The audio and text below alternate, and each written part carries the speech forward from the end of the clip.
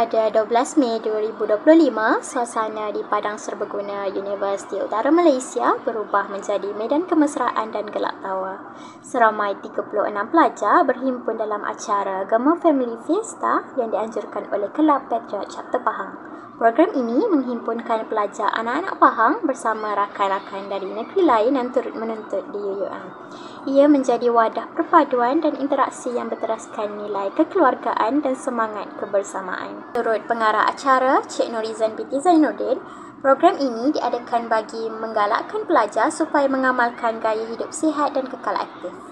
Pesta ni first kali adalah untuk kita orang nak amalkan gaya hidup sihat untuk semua student UUM, dan yang kedua adalah nak mengeratkan lagi silaturahim antara pelajar anak-anak Pahang dan juga pelajar UUM sendiri. Penglibatan aktif pelajar yang bukan sahaja dari negeri Pahang malah dari negeri-negeri lain membuktikan semangat perpaduan yang tinggi dalam kalangan komuniti kampus. Gema Family Fiesta menjadi simbol kebersamaan yang melangkaui sempadan negeri dan latar pendidikan. Bagaimanakah perasaan anda dapat menyertai Gema Family Fiesta bersama rakan-rakan anak Pahang di UUM? Bagi saya sebenarnya pesta ni adalah dah buat setiap semester.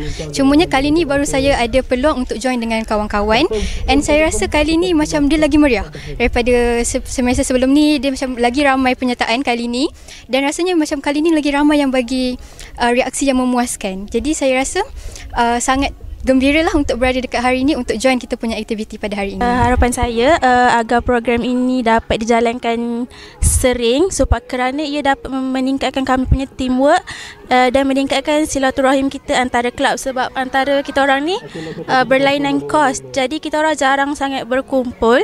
Jadi program macam ni sangat-sangat membantu.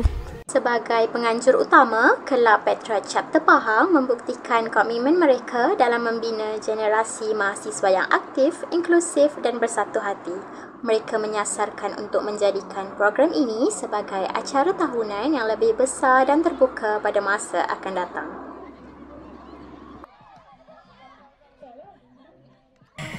Gema Family Fiesta ini menjadi bukti bahawa semangat perpaduan dan patriotisme dapat diterap melalui pelbagai bentuk, termasuk melalui aktiviti kekeluargaan. Semoga usaha ini terus subur dalam membina masyarakat kampus yang bersatu dan progresif.